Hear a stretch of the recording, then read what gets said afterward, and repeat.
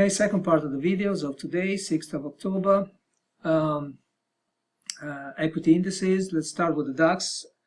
This is a very good example of how frustrating these days have been for me and for those who follow the trades, follow the system. The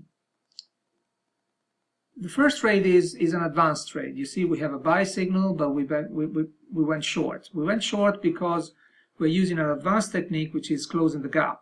The gap that is present between the London Open, which is the Frankfurt cash market open for the underlying stocks that form the DAX, and yesterday's close. Usually the gap is closed, and so this is an exception to the rules. So I went short here.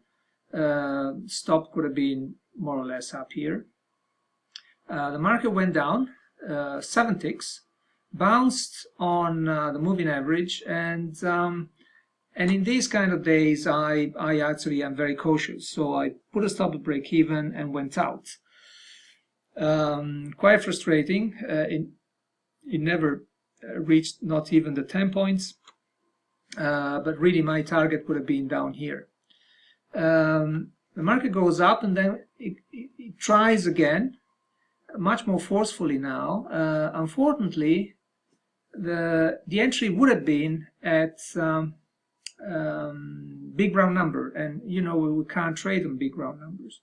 By the time big round numbers was passed at 92, 93, I didn't have enough space to be sure enough to close the gap and make enough points. As it happened, I did. So I would have made money, but because of the big round number rules, actually this was filtered and I missed the opportunity. And as you can see, the market, woof, started going up again, and then woof, started going down again. Now here, this is more normal stuff. You could have entered here because you have a new sell signal from here, entered here, and what happened? Well, the market went down here, tested the close of yesterday and this low basically, and went up. So once again I went out at break even. The market then started again, and where I have put this box here, these are all well, the first one is not, but the second one is definitely an advanced trade. So you were right, but you were very cautious, and you've been stopped out at break even. The market goes down again. It breaks this low here, which actually is also the close of yesterday. So you can get back in. You can back in, and again, if I remember correctly, the market actually gave me 12 points, so I just went in for a scalp, 9-10 points, and I got that.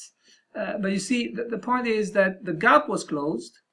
I was right in the first place, and all I could do up to here was 0. I actually made just a scalp on this. Then, when we don't trade any longer, after 10 o'clock, the market goes down without us. So that's again more frustration. Let's have a look at the afternoon. We have a signal here.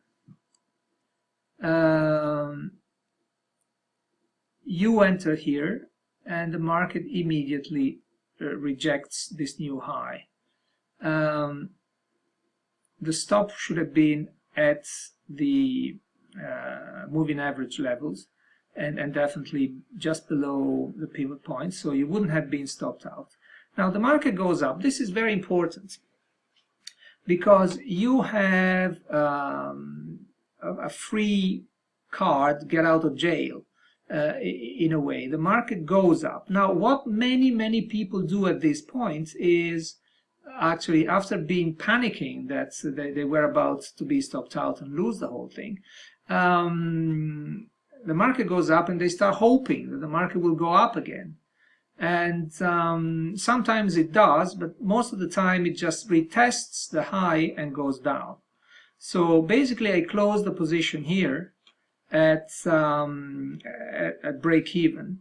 And the second reason why I did that is that the market went up at 14:15, so 15 minutes before New York Open, and you know that we treat New York Open like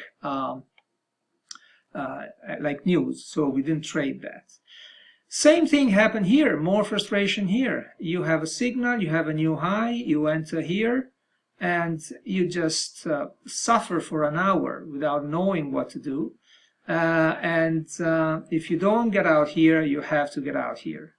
This was particularly important actually, because if you look carefully, the DAX was doing exactly the opposite of what the US indices were doing. So you have a big divergence between the DAX and the YM OES, for instance. And again, that was another warning signal.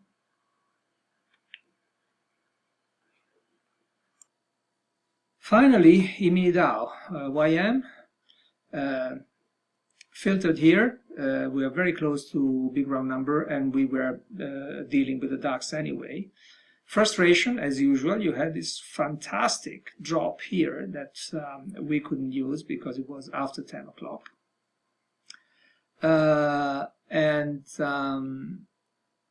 Then this, you couldn't have taken it because obviously there was quite a lot of support here, and it was too close.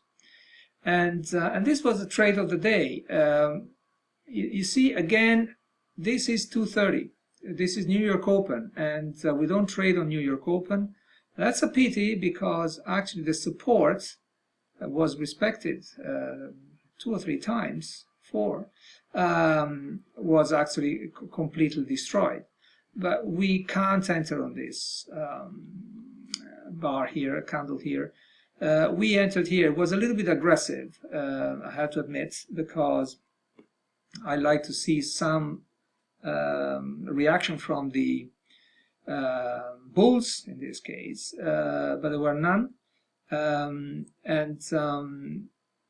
Once the market went down this way, I actually moved my standard target of 10 points. I moved it to S1.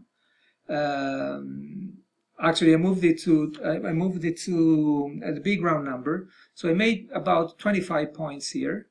And if you had more than one lot, which is difficult in this situation, depends on your account, you would have been still in with another the other half of your trade, and you could have got out at S1.